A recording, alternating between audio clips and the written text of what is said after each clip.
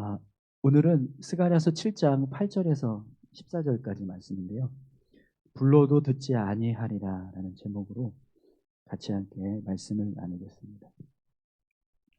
오늘 말씀은 하나님께서 왜 포로기 이전에 이스라엘 백성들이 나라가 망하고 또 성전이 파괴되고 또 백성들은 이방 땅으로 다 사로잡혀 갔는지 그 이유를 말씀해 주고 있습니다. 여러분 8절에서 12절까지 말씀을 한 번 더 보시겠습니다. 여호와의 말씀이 스가랴에게 임하여 이르시되 만군의 여호와가 이같이 말하여 이르시기를 너희는 진실한 재판을 행하며 서로 인애와 공효를 베풀며 가부와 고아와 나그네와 궁핍한 자를 압제하지 말며 서로 해하려고 마음에 도모하지 말라 하였으나 그들이 듣기를 싫어하여 등을 돌리며 듣지 아니하려고 귀를 막으며 그 마음을 금강석 같게 하여 율법과 만군의 여호와가 그의 영으로 옛 선지자들을 통하여 전한 말을 듣지 아니하므로 큰 진노가 만군의 여호와께로부터 나왔도다. 아멘.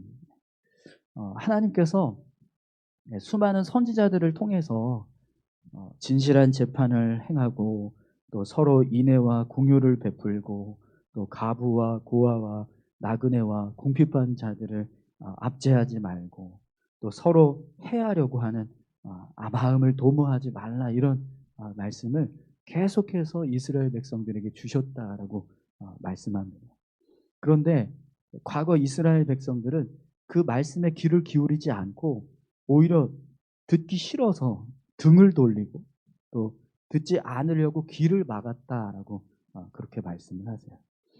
그래서 그 모습이 마치 금강석, 마음이 금강석 같다 이렇게 표현을 하십니다.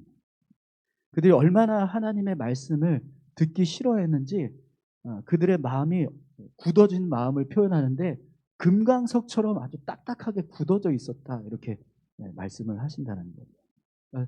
전혀 말씀을 들으려고 하는 틈도 이스라엘 백성들이 주지 않았다라는 거예요. 그래서 여러분 결국 하나님께서 선택하신 일이 무엇입니까? 그들을 향한 진노를 바라시는 거죠. 그래서 오늘 본문에 보면은 하나님께서 그들에게 행하신 일들이 이제 나옵니다. 여러분 13절 말씀을 한번 보세요. 내가 불러도 그들이 듣지 아니한 것처럼 그들이 불러도 내가 듣지 아니하리라. 만군의 여호와가 말하였느니라. 하나님께서 이스라엘 백성들을 부르셨는데 이스라엘 백성들이 귀를 닫고 듣지 않으신 것처럼 하나님도 이스라엘 백성들이 부를 때 귀를 닫고 듣지 않았다. 이렇게 말씀을 하세요. 또 14절 말씀도 한번 보세요. 내가 그들을 바람으로 불어 알지 못하던 여러 나라에 흩었느니라.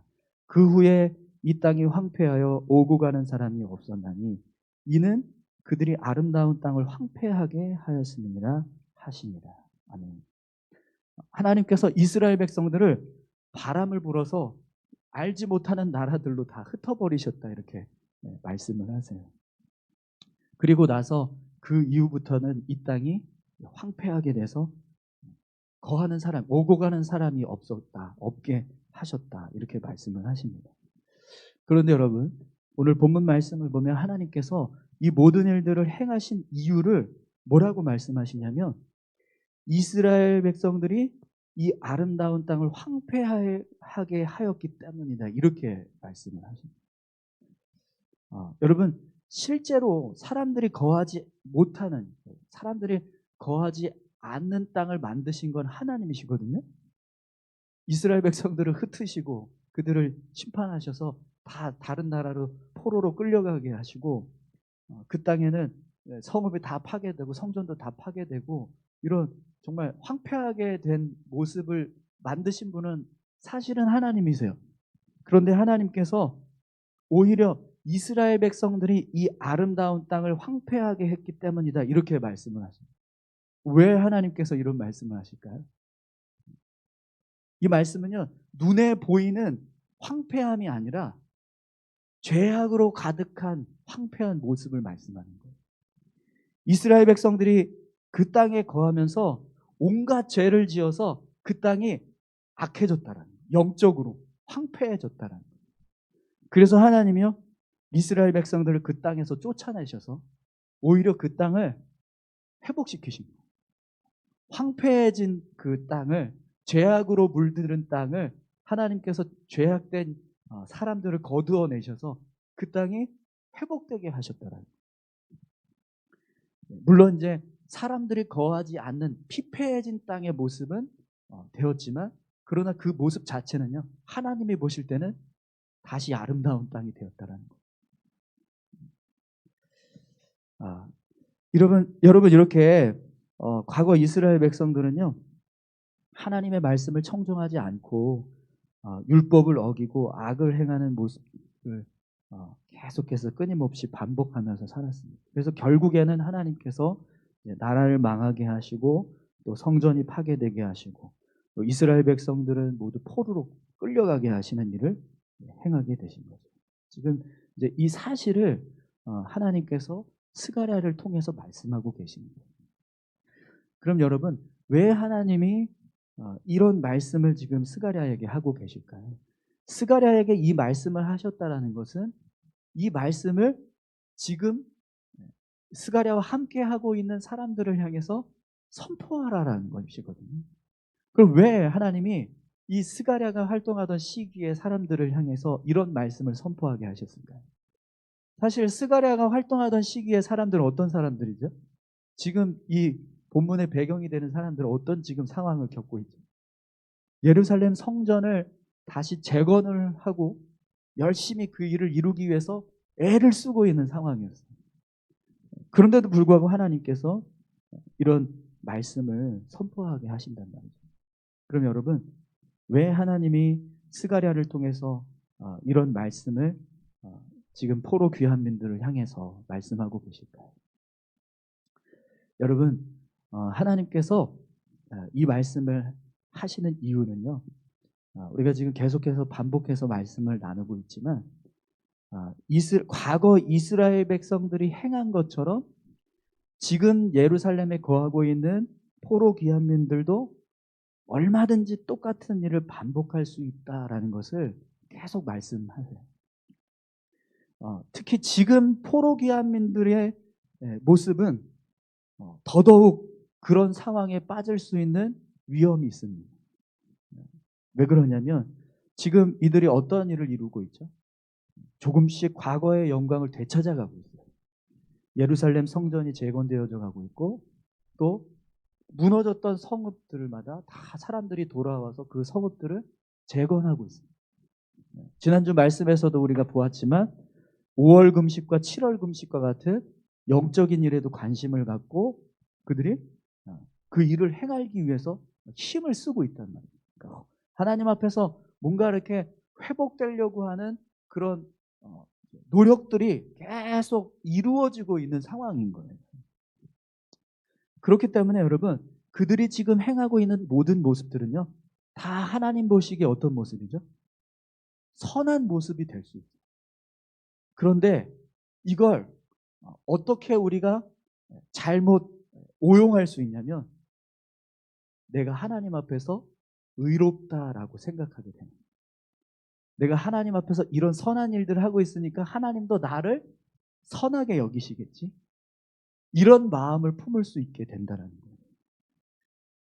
거예요. 그런데 여러분, 이런 일들을 행하고 있는 자신들의 모습에 우리가 만족해서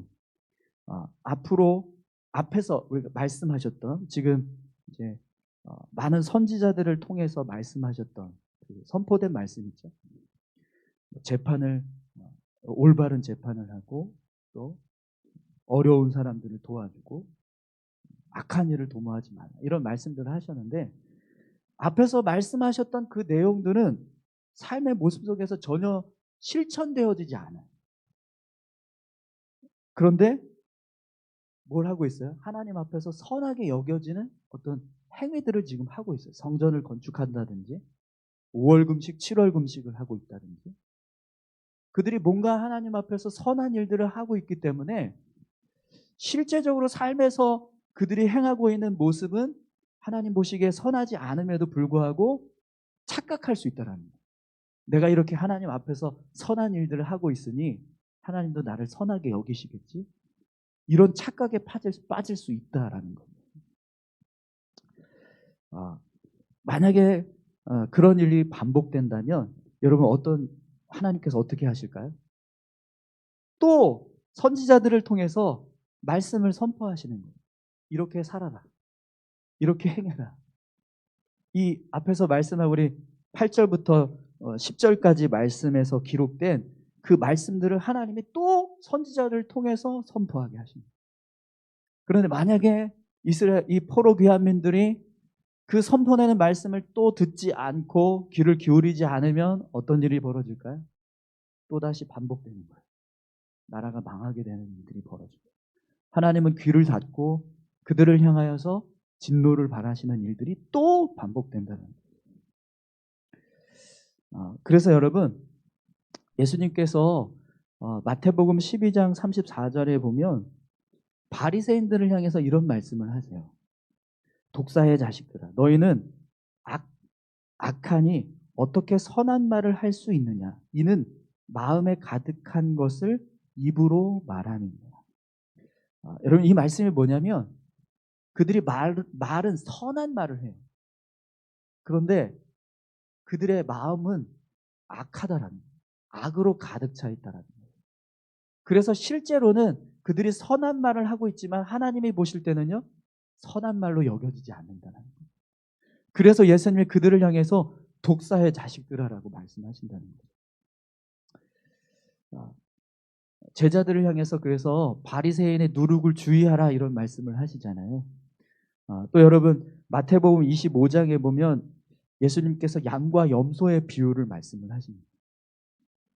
염소들을 향해서 뭐라고 말씀하시는지 한번 보세요. 우리 한번 찾아볼까요? 마태복음 25장 41절에서 46절까지 말씀인데요.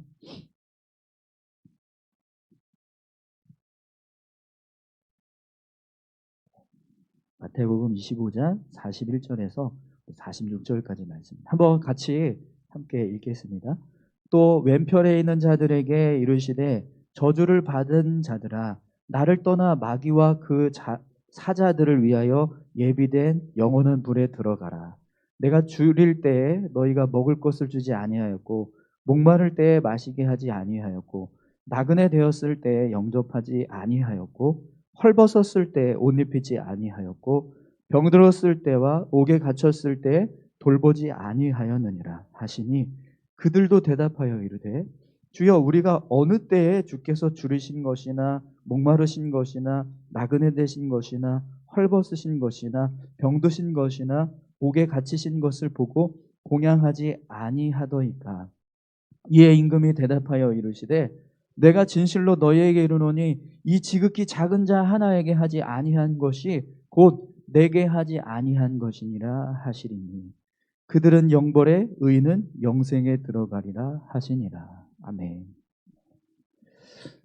여러분 이 말씀에 보면 왜 염소의 무리가 주님께 이런 질문을 드릴까요? 우리가 어느 때에 주께서 줄이신 것이나 목마르신 것이나 나그네 되신 것이나 헐벗으신 것이나 병드신 것이나 옥에 갇히신 것을 보고 공양하지 아니하더이까? 왜 이런 질문을 할까요? 그러니까 평상시에 자기들의 삶의 모습을 보면 하나님 앞에서 그렇게 보여질 만한 어떤 행동들을 한 적이 없다라고 생각을 한다는 거예요. 성전에 나가서 예배를 드리고 또 하나님 앞에 예물도 드리고 율법에 따라서 정해진 시간에 기도도 하고 어떤 지켜진 절기들, 행사들도 다 잘 지킵니다. 율법을 의무적으로 잘 지켰어요. 그러니까 우리가 언제 이런 일을 했느냐라고 반문할 수밖에 없는 거죠. 그런데 하나님은요, 그들을 보실 때 그런 행위들이 다 누구를 위한 행위들이라고 생각하신다는 거예요. 하나님을 위한 게 아니라 그들 자신들을 위한 일이라고 생각을 하신다는 거예요. 정말 하나님을 위한 일을 하는 삶의 모습은 가난한 자, 병든 자들을 돌보고 연약한 자와 어려운 자들을 섬기고 하나님의 마음으로 사랑을 실천하고 희생과 섬김의 삶을 살고 용서와 배려의 삶을 살아야 하는데 그렇지는 않다라는 거예요. 여러분 오늘 본문 말씀 다시 한번 보시겠어요? 9절에서 10절 말씀입니다. 하나님께서 이스라엘 백성들에게 어떤 말씀을 선포하셨는지 한번 보세요. 만군의 여호와가 이같이 말하여 이르기를 너희는 진실한 재판을 행하며 서로 인애와 긍휼을 베풀며 가부와 고아와 나그네와 궁핍한 자를 압제하지 말며 서로 해하려고 마음에 도모하지 말라 하였습니다. 하나님께서 이스라엘 백성들에게 요구하시는 믿음의 모습은 진실한 재판을 행하라는 겁니다. 수요 예배, 금요 기도회, 새벽 예배, 주일 예배 참석해라가 아니라 네. 인애와 긍휼을 베푸는 삶을 살고 가부와 고아와 나그네와 궁핍한 자를 긍휼히 여기고 돌보며 서로 해하려고 하는 악한 일을 도모하지 말라라는 거예요. 어떤 교회에서 주는 직책을 감당하는 거, 당회원이 되는 게 그게 하나님이 요구하시는 모습이 아니라는 거예요. 어떤 직분을 감당하기 위해서 내가 타이틀을 이렇게 거는 게 그게 하나님께서 우리에게 원하시는 목적이 아니라는 거예요. 그런데 이스라엘 백성들은 또 예수님 시대의 바리새인들은요 그렇지 않았다라는 거예요. 이런 삶의 모습은 전혀 없는데 그냥 성전에 나와서 예배드리고 있고 또 정해진 시간에 기도하고 있고 또 율법을 지키면서 살아가요. 그런데 여러분 사실은 그들이 율법을 지킨다고 하지만 그 율법을 지키는 모습은 어떤 모습입니까? 그들이 원하는 율법만 지키는 거예요. 하나님이 원하시는 율법이 아니라 그들이 편의에 맞춰서 지키고자 하는 율법만 지켰다라는 거죠. 사실 이 말씀 오늘 이제 만군의 여호와가 이같이 말씀하여 이르시기를 이렇게 말씀하신 재판하라는 말씀 또 인애와 긍휼을 베풀라는 말씀 이런 말씀들이요 율법에 있어요. 없는 말씀이 아니에요. 그런데 자신들의 편의에 따라서 자기들이 원하는 율법만 지키니까요. 다 지키는 게 아니에요, 율법이. 그러니까 하나님께서 나를 위한 일이 아니라 너희를 위한 일이라고 그렇게 말씀하신다는 거죠. 여러분 우리가 하나님의 말씀에 귀를 닫으면 하나님께서 어떻게 하신다고 말씀하십니까? 하나님도 귀를 닫으시겠다라고 말씀하십니다. 하나님도 이제는 더 이상 그들을 용서하지 않고 긍휼히 여기지 않겠다 이렇게 말씀을 하십니다. 오히려 그들을 향해서 징계하는 손을 펴시고 진노하는 마음을 부으시겠다는 거죠.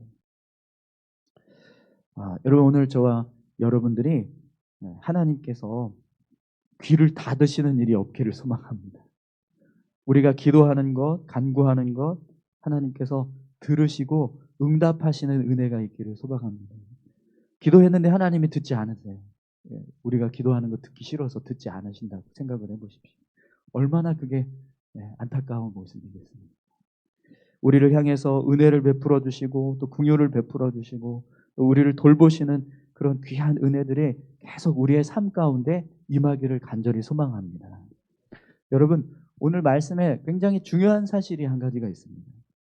하나님께서 귀를 닫고 진노를 부으시기까지 어떤 일을 행하세요? 선지자들을 계속 보내셔서 이스라엘 백성들을 향해서 말씀을 주신다는 거예요.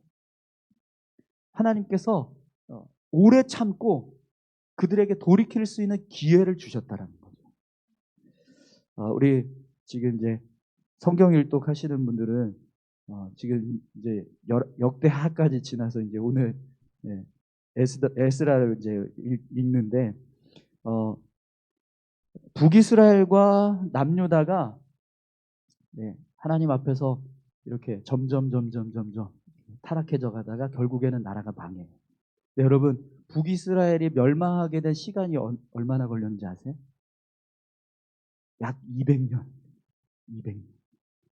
여로보암부터 시작을 하면 200년 정도의 시간이 걸렸어요. 남유다는요? 르호보암 왕부터 시작하면 340년 정도 걸렸어요. 이 말씀은 바꿔서 얘기하면 하나님이 어떻게 하신 거예요?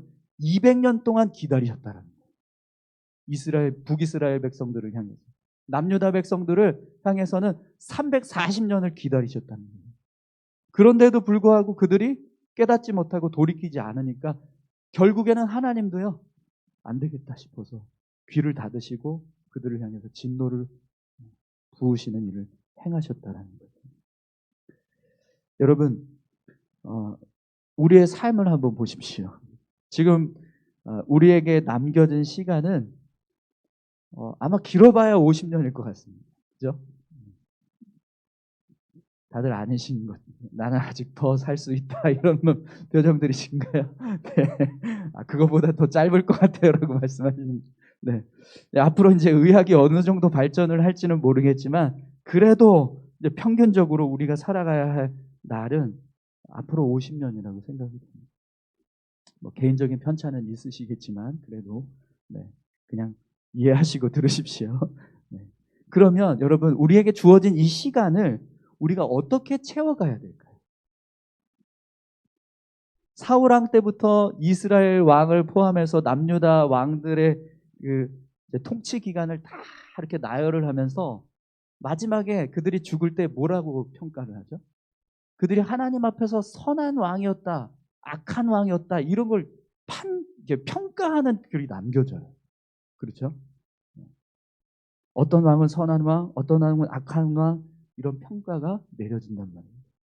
그것처럼 여러분, 우리의 인생도 하나님 앞에서 결국에는 어떤 사람은 선한 사람, 어떤 사람은 악한 사람, 이게 분명히 평가될 거라는 겁니다. 오늘 저와 여러분들이요, 하나님 앞에서 선한 자로 평가받기를 소망합니다. 하나님의 말씀에 귀를 기울이고 그 말씀대로 살아가는 믿음의 삶을 우리가 살아갈 때 오늘 저와 여러분들이 하나님 앞에서 선한 자 될 줄 믿습니다. 또 그렇게 살아갈 때요, 하나님은요, 우리를 향해서 귀를 기울이시고 계속 은혜를 주시고 공유를 베풀어 주시는 거죠. 오늘 저와 여러분들의 삶에 그런 하나님의 은혜가 있기를 소망합니다. 하나님을 향해서 우리가 기도했을 때 하나님이 들으시고 응답하시고, 또 우리를 향하신 하나님의 시선이 진노가 아니라 은혜의 시선, 사랑의 시선, 계속해서 공유를 베풀어주고 계시는 그 시선이 될 수 있기를 간절히 소망합니다. 우리 시간 함께 다 같이 기도하시겠습니다. 함께 기도하실 때요, 하나님, 말씀을 듣고 순종하는 자가 되게 해주십시오. 하나님의 말씀에, 하나님의 음성이 우리의 귀에 들려질 수 있게 해주세요. 우리의 마음이 마치 금강석처럼 딱딱해진 그 마음이 아니라 스폰지 같은 마음 되게 하셔서 말씀을 들으면 그 말씀이 깨달아지게 하시고 그 말씀을 우리가 다 흡수해서 그 말씀대로 살아가려고 하는 그런 귀한 믿음의 모습들이 우리의 모습 되게 해달라고 같이 함께 다 같이 기도하시겠습니다. 하나님 아버지, 감사합니다. 아버지 하나님, 우리의 삶을 주님 앞에 온전히 내어드리며 주님이 기뻐하시는 모습으로 우리의 삶을 채워갈 수 있기를 소망합니다. 하나님이 원하시는 것은 우리가 어떤 종교적인 행위를 쌓아가는 것이 아니라 하나님이 보실 때 선하게 여겨지는 어떤 행위들을 행하는 것이 아니라 하나님, 우리의 삶에서 하나님 백성답게 살아가는 모습인 줄 믿습니다.